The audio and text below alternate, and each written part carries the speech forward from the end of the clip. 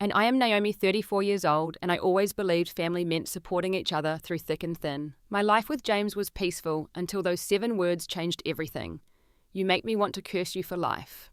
When my mother-in-law shouted those words at me, something inside me finally broke. What happened next shocked everyone in our family. Before I continue this story, let me know where you are watching from. Hit that like and subscribe button if you have ever dealt with difficult in-laws. Growing up in a small town in Minnesota, I was raised in a middle-class family where respect and kindness were our foundation. My parents taught me that communication solves most problems, a belief I carried into adulthood.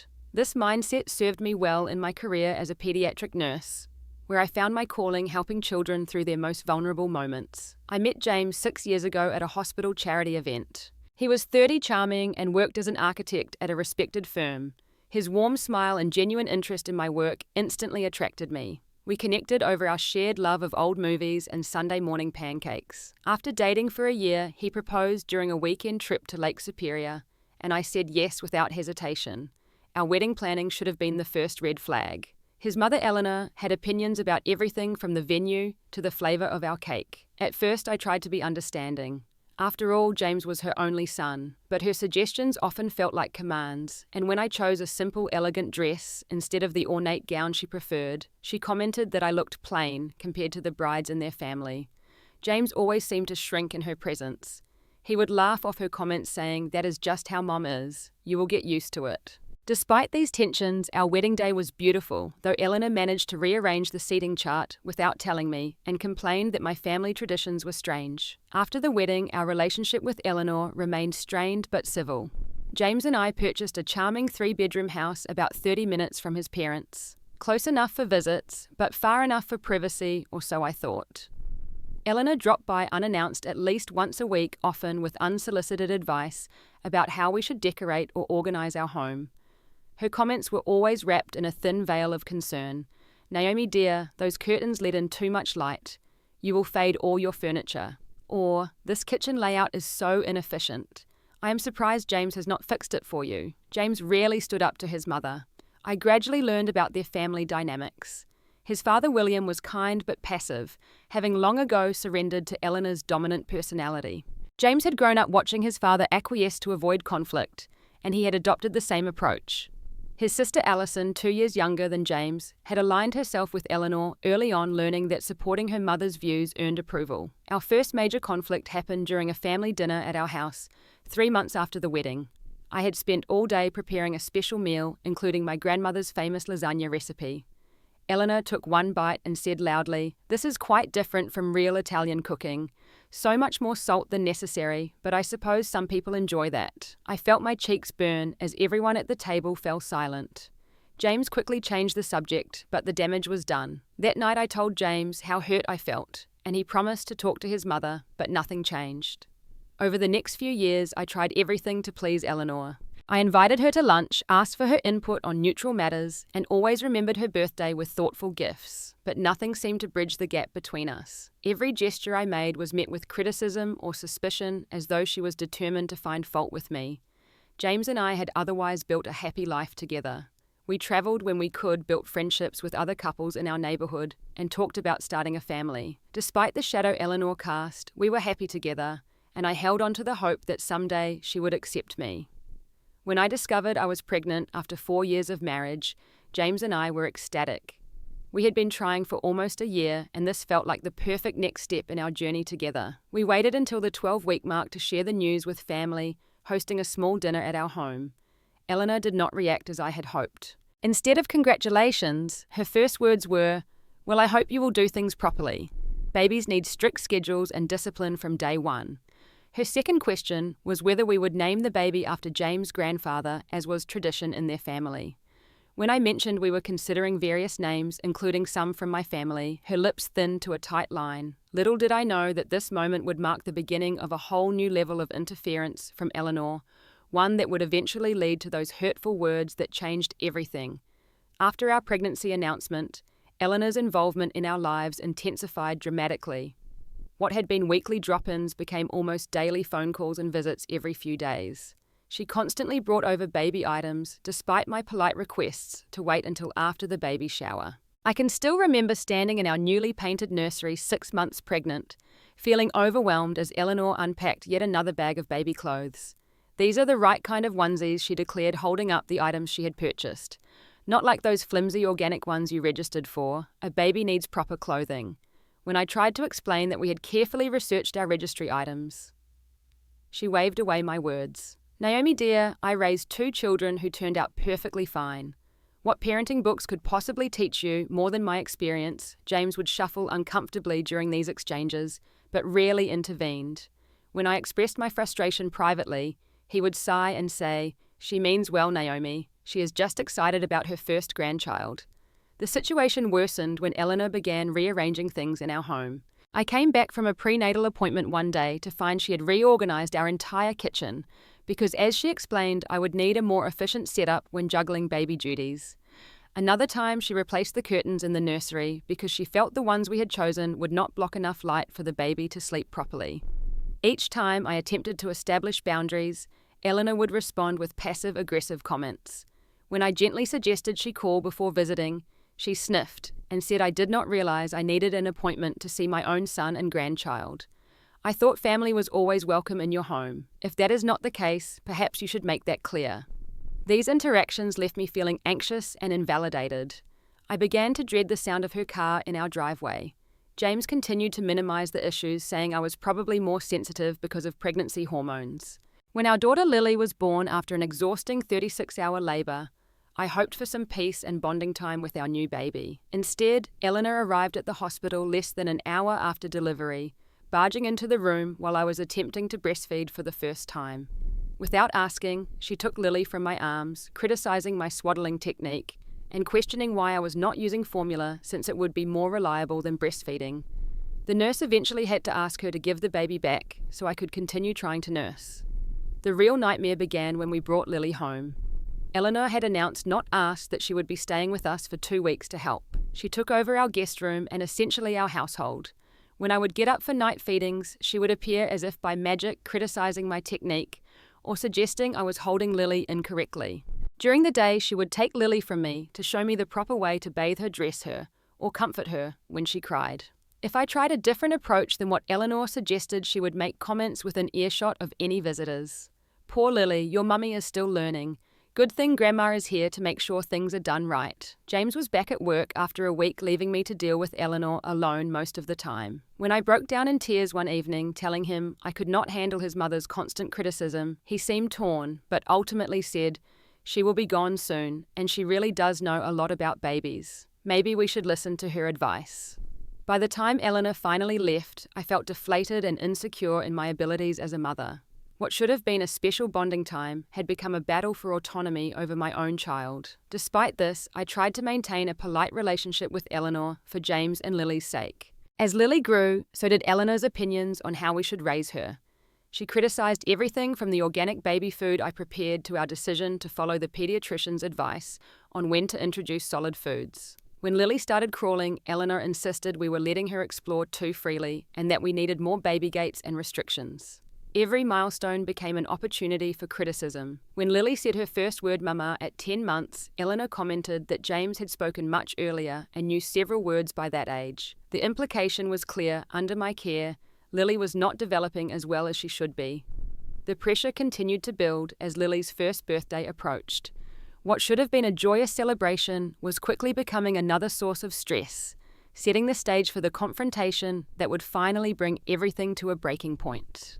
As Lily's first birthday approached, I envisioned a small, intimate celebration with close family and a few friends who had children around Lily's age. I wanted a relaxed afternoon in our backyard with simple decorations, homemade cake, and no elaborate entertainment.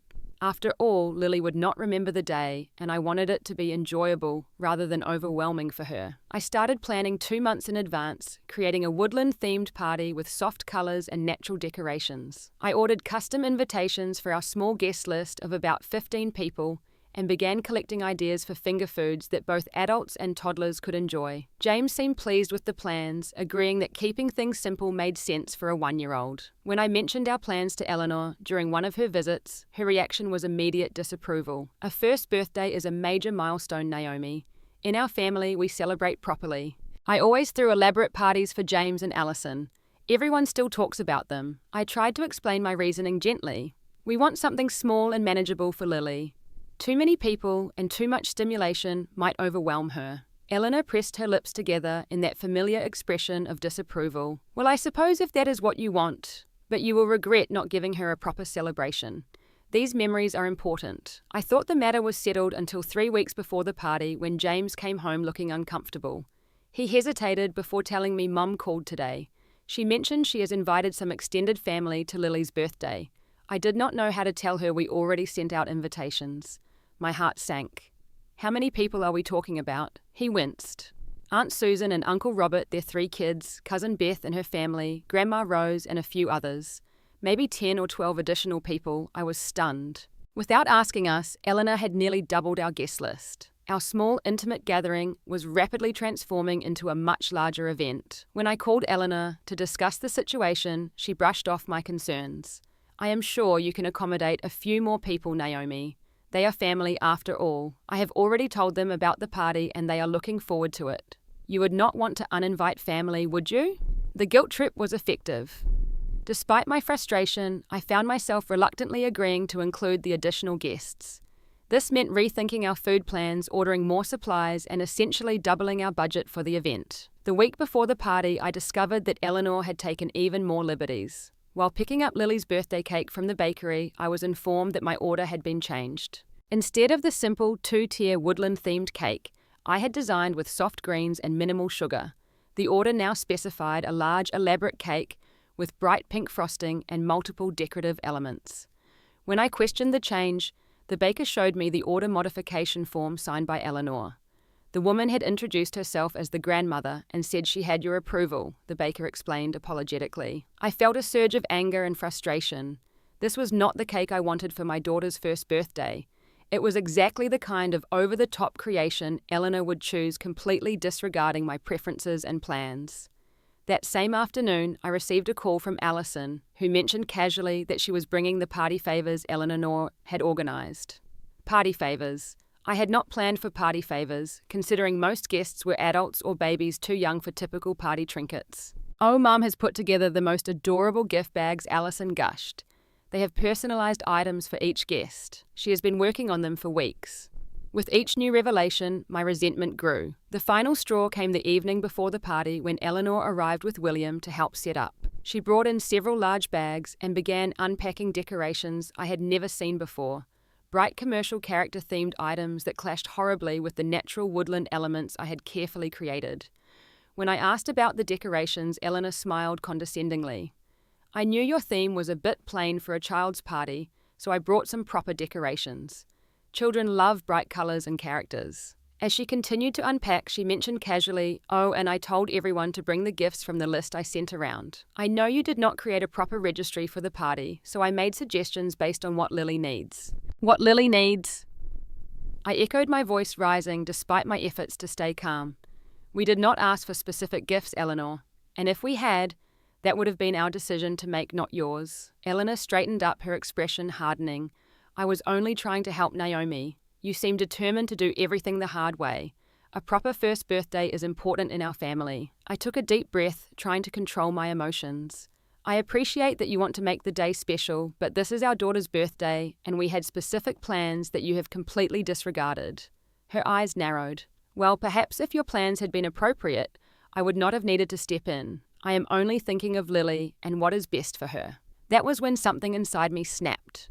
These comments had been building for years, constant insinuations that I was not good enough, did not know enough, could not provide properly for my own child. Eleanor, I said, my voice surprisingly steady, I need you to understand that James and I are Lily's parents. We make the decisions about her life, her care, and yes, her birthday parties. If you cannot respect that, then perhaps you should not be involved in the planning at all. Her face flushed red. How dare you speak to me that way, after everything I have done? Her voice rose to a shout. You make me want to curse you for life. The room fell silent. James, who had been setting up tables in the yard, had come inside just in time to hear his mother's outburst. He stood frozen in the doorway, his face pale with shock. William looked uncomfortable, but said nothing, his eyes fixed on the floor. I felt as though I had been slapped. The venom in Eleanor's voice, the hatred in her eyes as she spoke those words was unmistakable. This was not just a heat-of-the-moment comment. It was a glimpse into how she truly felt about me. Without another word, I turned and walked upstairs to our bedroom, closing the door behind me. I sat on the edge of the bed, trembling, tears streaming down my face. Through the floor, I could hear the murmur of voices downstairs, but could not make out what was being said. That night, I barely slept. James came to bed late after his parents had left. He tried to apologize for his mother's behavior, suggesting she had not meant what she said, but his words rang hollow. He had witnessed her attack and said nothing in my defense. The betrayal stung almost as much as Eleanor's curse. As I lay awake, staring at the ceiling, I wondered how we would get through tomorrow's party with this toxic cloud hanging over us. More importantly, I wondered if our family could ever recover from the damage that had been done. The morning of Lily's birthday dawned bright and clear, a perfect day for a backyard party. I had barely slept my mind replaying Eleanor's venomous words over and over again. "You make me want to curse you for life." 6 years of tension and passive aggression had finally erupted into outright hostility, and I felt both shattered and strangely relieved that the pretense of civility had been dropped. I went through the motions of final party preparations, setting up the food table, and arranging the woodland decorations I had made alongside the garish commercial ones Eleanor had brought. The clash was jarring, much like the discord in our family. James moved around me cautiously, as though I might break. He had attempted to apologize again over breakfast, but his words felt empty without any real acknowledgement of the pattern of behavior or promise of change. "I want today to be special for Lily," was all I said in response. "We can talk about everything else later." Eleanor and William arrived an hour before the party was set to begin. Eleanor acted as though nothing had happened, sweeping in with an enormous gift wrapped in bright pink paper. "Good morning," she called cheerfully. "The birthday girl looks adorable." She reached for Lily, who was sitting in her high chair having breakfast. I felt my body tense as Eleanor lifted my daughter into her arms, cooing and fussing over her party dress, one that Eleanor had purchased, despite my selection of a different outfit. I took a deep breath, reminding myself that today was about Lily. For her sake, I would maintain composure and avoid further conflict. As guests began to arrive, I plastered on a smile and played the role of the happy mother. Eleanor worked the gathering like a politician, moving from person to person, accepting compliments on the decorations and cake she had arranged without any acknowledgement of my contributions or the fact that she had overridden my plans. I overheard snippets of her conversations as I moved around the party. "She has such strong opinions," Eleanor stage whispered to James's aunt about me. "It makes planning anything so difficult," and later to one of the cousins she had invited. We had to step in, of course. Their original party was going to be so plain. Children need colour and excitement.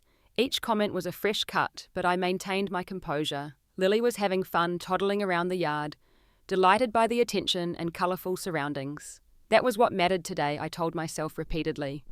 Midway through the party, as Eleanor was holding court near the gift table, directing people where to place their presents, and subtly taking credit for organising everything, James's Aunt Barbara approached me. Barbara was William's sister, a straight-talking woman in her 60s, who had always been polite but somewhat distant at family gatherings. "Naomi," she said quietly, "do you have a moment? Perhaps we could check on something in the kitchen." Grateful for the excuse to step away from the crowd, I followed Barbara inside. Once we were alone, she turned to me with concern in her eyes.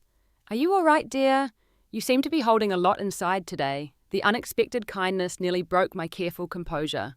I pressed my lips together, blinking rapidly to hold back tears. "It is Lily's day. I do not want to ruin it with family drama." Barbara nodded thoughtfully. "I understand, but I also want you to know that I see what is happening here." She placed a gentle hand on my arm. "Eleanor has always needed to be the centre of attention to control everything and everyone around her.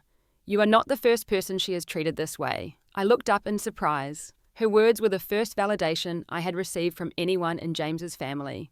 Barbara must have seen the question in my eyes because she continued. "When James's father first brought Eleanor home to meet the family, my mother had prepared a beautiful dinner. Eleanor criticised everything from the china pattern to the recipe for the roast. Later, she completely took over their wedding planning, reducing my mother to tears multiple times. It has been her pattern for 40 years, my dear. You are just the latest target." The tears I had been holding back spilled over. It feels impossible. No matter what I do, it is never right. And now she has said she wants to curse me for life. In front of James, who said nothing to defend me. Barbara's expression hardened slightly. William has never stood up to her either. That is part of the problem. The men in this family have allowed her behavior for so long that she believes it is acceptable. She squeezed my arm gently. But that does not mean you have to accept it, Naomi. Our conversation was interrupted by Alison calling from the back door that it was time for cake. I quickly wiped my eyes and put on a smile, but Barbara's words stayed with me. I was not the first, but perhaps I could be the last to suffer in silence. The remainder of the party passed in a blur of cake presents and photos. Eleanor dominated the gift opening, announcing each present and who it was from highlighting the ones she had suggested and making subtle comments about the few that had not come from her list. Throughout it all, she maintained the persona of the devoted grandmother, making sure everyone saw how involved she was in Lily's life. By the time the last guest left, I was emotionally exhausted. Eleanor and William stayed behind ostensibly to help clean up, though Eleanor spent most of the time rearranging things in our kitchen again and making comments about how we should have organized the party differently. When they finally left with Eleanor, reminding us that she would be over the next day to help put away Lily's new toys properly, the house felt as though a storm had passed through it. James and I moved around each other carefully, the tension palpable, as we cleaned up the remains of the party. After Lily was bathed and put to bed, the conversation we had been avoiding could no longer be postponed. We sat at our kitchen table, the remnants of birthday cake between us, an apt metaphor for the sweetness that had been overtaken by bitterness. James spoke first. I know Mom can be difficult. He began his standard opening when discussing his mother's behavior. Difficult, I interrupted, unable to contain my emotions any longer. James, she said she wanted to curse me for life. In what world is that just being difficult? He had the grace to look ashamed. I know, that was horrible. She should not have said that, but she did, I pressed. And you said nothing. You stood there and watched her verbally attack me in our home the day before our daughter's birthday, and you said nothing. What was I supposed to say? He asked, frustration evident in his voice. You know how she gets when she is challenged. I stared at him, truly seeing for the first time how deeply ingrained his pattern of enabling his mother had become. That is exactly the problem, James. Everyone tiptoes around Eleanor's feelings, while she tramples over everyone else's. She disregarded every plan we made for Lily's party. She invited people without asking. She changed the cake. She created gift lists without our input. And when I finally spoke up, she cursed me. I took a deep breath, feeling a strange calm settle over me as I made a decision. This cannot continue. Something has to change because I cannot live like this anymore. James looked alarmed. What are you saying? I am saying that I will not allow Eleanor to treat me this way anymore. And I will not allow Lily to grow up thinking this kind of behavior is normal or acceptable. Either we establish clear boundaries with your mother, or I need to rethink our situation. The gravity of my words hung in the air between us. James looked stunned, perhaps finally realizing how serious the situation had become. The rest of our conversation that night was difficult and painful but necessary. It was the first step toward the confrontation that would ultimately change everything. The week following Lily's birthday party was tense and unsettling. True to her word, Eleanor arrived the next day to organize Lily's new toys, ignoring the system I had already created for my daughter's things. When I tried to explain that I had a specific place for everything, she dismissed me with a wave of her hand. You have never been good at organization, Naomi. Just let me handle this. I know what I am doing. I bit my tongue, remembering the conversation James and I had had the night before. He had promised to speak with his mother, but asked for a little time to figure out how to approach her. Looking at Eleanor rearranging my daughter's room against my wishes, I wondered how much more I could tolerate while waiting for James to find his courage. That evening, I discovered that Eleanor had been busy in other ways. My phone rang with a call from James's cousin Beth, whom I had only met a few times at family gatherings. After some awkward small talk, she got to the point of her call. I just wanted to check if everything is okay with you and Eleanor, she said hesitantly. She called several of us in the family yesterday, quite upset about some confrontation you had before the party. She said you have been refusing her help and making things difficult. My stomach knotted as I realized Eleanor was attempting to turn family members against me. I explained as diplomatically as possible that there had been some disagreements about the party planning, but assured Beth that we were working through it. After hanging up, I sat on the edge of our bed feeling manipulated and cornered. The next day brought another surprise. Alison showed up at our door unannounced, her expression stern, as she asked to speak with me while James was at work. Mother is extremely upset, she began without preamble, once I had seated her in our living room. She has barely slept since your attack on her. My attack, I echoed in disbelief. Alison, your mother completely took over Lily's birthday against our wishes, and when I finally spoke up, she said she wanted to curse me for life. How exactly did I attack her? Alison's expression hardened. You know how sensitive she is. She was only trying to help make Lily's birthday special, and you made her feel unwelcome and unappreciated, after everything she has done for you and James. The conversation deteriorated from there, with Alison refusing to acknowledge her mother's inappropriate behaviour while insisting that I owed Eleanor an apology. When she finally left, I felt drained and frustrated by the realisation that Eleanor's version of events was being accepted without question by her allies in the family. That evening, I shared the details of both conversations with James, hoping he would finally see the pattern of manipulation. Instead, he looked uncomfortable and suggested that perhaps an apology might smooth things over, even if I was not entirely in the wrong. You know, Mom needs to feel appreciated, he said cautiously. Maybe if you apologized for speaking sharply, she would apologize for overreacting. I stared at him in disbelief. After all our discussions, he was still suggesting that I accommodate his mother's unreasonable behavior. That was the moment of clarity I needed. No one was going to advocate for my boundaries except me. This pattern would never end unless I took decisive action. The next day, after James left for work and Lily was down for her morning nap, I began researching toxic family dynamics and boundary setting. I found articles and forum posts from people describing situations eerily similar to mine. The validation was both comforting and heartbreaking. I was not alone in my experience, but that meant countless others were suffering through similar struggles. I called my own mother, something I had hesitated to do, because I did not want to worry her or create more family tension. When I finally shared the full extent of Eleanor's behavior, including her curse, my mother was silent for a moment before responding. Naomi, she said finally, her voice firm. You are a wonderful mother and wife. No one has the right to treat you that way, no matter who they are. It is time to stand up for yourself, not just for your sake, but for Lily's. What is she learning by watching her grandmother disrespect her mother? Her words struck home. What kind of example was I setting for my daughter by allowing this treatment to continue? I thought of Lily growing up watching her grandmother undermine me, criticize me, curse me. What lessons would she learn about relationships, respect, and self-worth? The following day, I scheduled an appointment with a therapist who specialized in family dynamics. The validation I received from this professional was another turning point. She helped me understand that setting boundaries was not selfish or disrespectful. It was necessary and healthy. There is a difference between respecting elders and allowing abuse, she explained. You can honor James's mother's position in the family while still requiring basic respect and consideration. Over the next few days, I developed a plan. I wrote down specific boundaries that were non-negotiable: no uninvited visits, no rearranging our home, no overriding our parenting decisions, and most importantly, no disrespectful language or behavior. I practiced articulating these boundaries clearly and calmly, preparing for the inevitable pushback. When I presented my plan to James, he looked anxious, but did not immediately reject it, as I had feared. The recent events had begun to open his eyes to the unhealthy patterns in his family. Do you think this will work? He asked. Mom has never responded well to anyone setting limits with her. I do not know if it will work, I answered honestly, but I know that continuing as we are is not an option.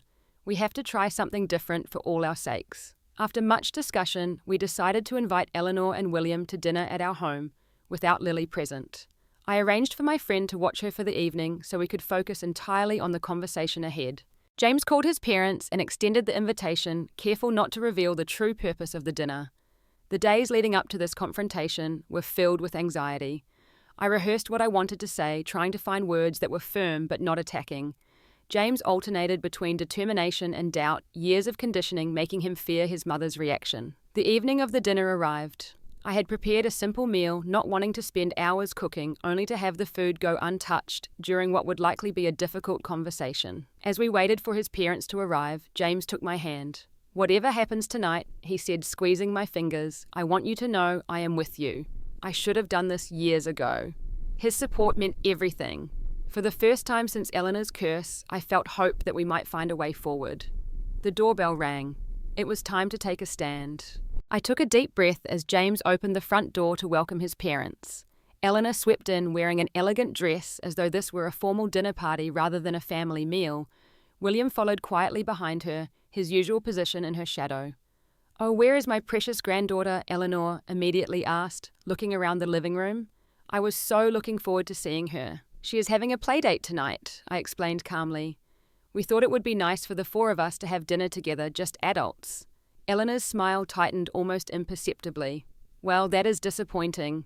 You should have told us she would not be here." We brought her a present. I noticed the gift bag dangling from her hand, yet another boundary crossing. We had specifically asked family not to bring gifts outside of birthdays and Christmas, as we were trying to teach Lily that visits were about spending time together, not receiving presents. This was exactly the kind of situation we needed to address. The first part of dinner passed in strained small talk. James discussed a project at work while I served the meal I had prepared. Eleanor made several comments about the food, noting that the chicken was a bit dry and the vegetables overcooked, though William praised the meal enthusiastically, as if to compensate for his wife's criticism. After we had finished eating and before serving dessert, I caught James's eye. He nodded slightly, indicating it was time. My heart raced as I cleared my throat. "Eleanor, William." I began, my voice steadier than I felt. "We invited you here tonight because we wanted to talk about something important to us. Our family relationships matter deeply, and lately there have been some tensions that we need to address." Eleanor set down her water glass with a sharp click. "I assume this is about the birthday party. I still do not understand why you were so upset, Naomi. Everything turned out beautifully, and Lily had a wonderful time." I had anticipated this deflection and continued calmly. "This is about more than just the party, though. That is part of it. This is about respect and boundaries, which have been issues for some time now." I heard James inhale beside me, steeling himself as I continued. "We value you both as Lily's grandparents and want you to have a close relationship with her. But for that to work, we need to establish some ground rules that respect our role as her parents and our household as our space." Eleanor's face flushed. "Ground rules. What exactly do you mean by that?" I had rehearsed this part carefully, wanting to be clear without being accusatory. For example, we would appreciate it if you would call before visiting rather than dropping by unannounced. Also, while we welcome your input, final decisions about Lily's care, our home and family events need to rest with James and me. William nodded slightly, but Eleanor's expression hardened. "So I need permission now to see my own granddaughter. Is that what this is about?" "Not permission," I clarified. "Just courtesy and respect for our family's schedule and space. The same courtesy you would expect from others." Eleanor turned to James, clearly expecting him to contradict me or soften my words. When he remained silent, her eyes narrowed. "James, do you have something to add?" This was the crucial moment. James took a deep breath and sat up straighter. "Mom, Dad, I love you both, but Naomi is right. We need to establish healthier patterns. When you rearrange our home without asking, override our decisions about Lily, or speak disrespectfully to Naomi, it damages our relationship." Eleanor's face registered shock at her son's words. I could see she had not expected him to support me so explicitly. William looked uncomfortable, but remained silent as usual. I continued addressing the most painful point directly. "Eleanor, when you said you wanted to curse me for life, it crossed a line that can never be uncrossed. That kind of language is not only hurtful to me, but harmful to our family dynamic. It cannot happen again." Eleanor's shock transformed into indignation. That was one comment made in the heat of the moment. "You cannot possibly hold that against me." She turned to William for support. "Tell them, William. Tell them they are overreacting." To everyone's surprise, including possibly his own, William spoke up. "Eleanor, they have a point. The party situation got out of hand. You did take over without consulting them, and that was not right." Eleanor gaped at her husband, clearly stunned by his intervention. "You are taking their side after 40 years of marriage." "It is not about sides," Mum James interjected gently.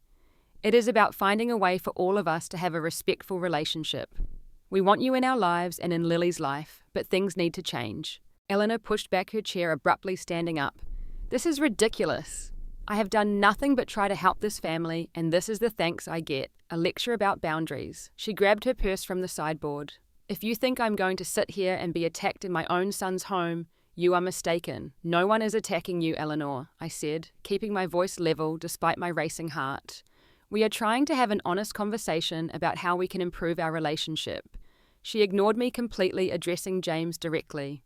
"When you come to your senses and realize what she is doing to this family, you know where to find me." With that, she stormed toward the front door. "Allison will hear about this," she added as a parting shot. "The whole family will know how you have treated me." William hesitated, looking torn between following his wife and staying to continue the conversation. Eleanor made the decision for him, calling sharply from the doorway, "William, we are leaving." To our surprise, William did not immediately follow. He looked at James and me with genuine regret in his eyes. "I am sorry," he said quietly. "She does not mean to be controlling. It is just her way of showing love, though I know it does not always feel that way." Eleanor called again more insistently, and William sighed. "I will talk to her," he promised before heading reluctantly toward the door. "She may need time to adjust to these changes." After they left, the house fell into a heavy silence. James and I sat at the dining table, the untouched dessert between us, processing what had just happened. The confrontation had gone both better and worse than expected. Eleanor's reaction had been predictably defensive, but William's unexpected support and James's steadfastness had been powerful surprises. "You did it," James said finally, reaching for my hand. "You stood your ground and you were amazing." "We did it," I corrected him, squeezing his fingers. This was only the beginning, but for the first time in years, I felt the weight of Eleanor's disapproval lifting from my shoulders. We had taken a stand together, and regardless of what came next, that united front had changed everything. The aftermath of our confrontation with Eleanor and William was 2 weeks of complete silence. No calls, no texts, no surprise visits. After years of constant interference, the sudden absence was both a relief and strangely disconcerting. It was like the quiet after a storm has passed, when you are still bracing for thunder that no longer comes. James was more affected by the silence than I was. Having never stood up to his mother before, he worried that he had permanently damaged their relationship. I had to remind him repeatedly that healthy relationships can withstand honest conversations, and if his parents could not handle our reasonable boundaries, that was their issue to work through, not ours. While Eleanor and William maintained their distance, other family members began to reach out. The first call came from James's cousin Beth, who had contacted me after Eleanor's initial smear campaign. This time her tone was different. "Naomi," she said hesitantly, "I just wanted you to know that Eleanor has been calling everyone in the family about your dinner. She is saying you and James ambushed her with accusations and are trying to keep Lily away from her." My heart sank at the predictable manipulation, but Beth continued surprising me. "The thing is, we have all seen how she is with you. My mother said she was the same way with William's mom years ago. Some of us just wanted you to know we see what is happening and we do not believe everything she says." This call was followed by others. James's uncle Robert reached out to James directly, sharing stories of how Eleanor had always needed to control family gatherings and relationships. Aunt Barbara, who had offered me support at Lily's birthday party, invited us to lunch, explicitly telling us not to bring Eleanor. During our meal, she shared more history of Eleanor's difficult behavior and expressed admiration for our courage in setting boundaries. Not everyone was supportive, of course. Allison called James at work, tearfully accusing him of breaking their mother's heart. A few of the older relatives who had always deferred to Eleanor made comments about respecting elders and keeping family peace at all costs. But to our surprise, more family members seemed relieved that someone had finally addressed the elephant in the room. James and I used this time to strengthen our own relationship. We began seeing a couples therapist who specialized in family dynamics, learning better communication skills and strategies for presenting a united front. The therapist helped James recognize patterns from his childhood that had made him vulnerable to his mother's manipulation and gave us both tools for maintaining healthy boundaries without unnecessary conflict. After nearly 3 weeks of silence, Eleanor made her first attempt to regain control. She sent James a long text message filled with guilt and subtle manipulation. "I never thought my own son would turn against me this way. I am getting older and have so few years left to enjoy my granddaughter. If this is how you want things to be, I will try to accept it, though it breaks my heart." In the past, this kind of message would have sent James into a spiral of guilt and accommodation. Now he showed me the text and asked for my input before responding. Together we crafted a message that was kind but firm, reiterating our desire for a relationship based on mutual respect and acknowledging that change is difficult but necessary for all of us. Eleanor's next move was to show up unannounced at our house on a Sunday afternoon, exactly the behavior we had asked her to avoid. When we answered the door, she stood there with William holding another gift for Lily. "I thought I would stop by to see my granddaughter," she said, as though our conversation had never happened. "I have been missing her terribly." James took a deep breath before responding. "Mom, Dad, we are happy to see you, but we did ask that you call before visiting. We have plans this afternoon." Eleanor's expression flickered between surprise and irritation. She clearly had not expected us to enforce the boundary so directly. "It is just a quick visit," she insisted. "Surely your plans can wait a few minutes." This was the test, and we both knew it. If we gave in now, all our work would be undone. James remained firm. "We would love to arrange a visit soon." "How about we call you tonight and set something up for later this week?" Eleanor looked to me, perhaps hoping to find a weak link, but I simply nodded in agreement with James. After a tense moment, she handed the gift to James with a martyred sigh. "Fine. I can see you are serious about these new rules. Call me tonight then." As they turned to leave, William gave us an almost imperceptible nod of approval. That small gesture of support meant more than he could know. That evening, as promised, we called and arranged a specific time for them to visit later that week, when they arrived on the agreed-upon day, having called first. To confirm, it felt like a small but significant victory. The visit was not without tension. Eleanor still made several comments about our parenting choices, but the dynamic had shifted. When she criticised the educational toys we had selected for Lily, suggesting they were too advanced, James gently but firmly redirected the conversation. "Mum, we have researched these toys carefully and are comfortable with our choices. Tell us about your garden instead. I heard from Dad that your roses are doing well this year."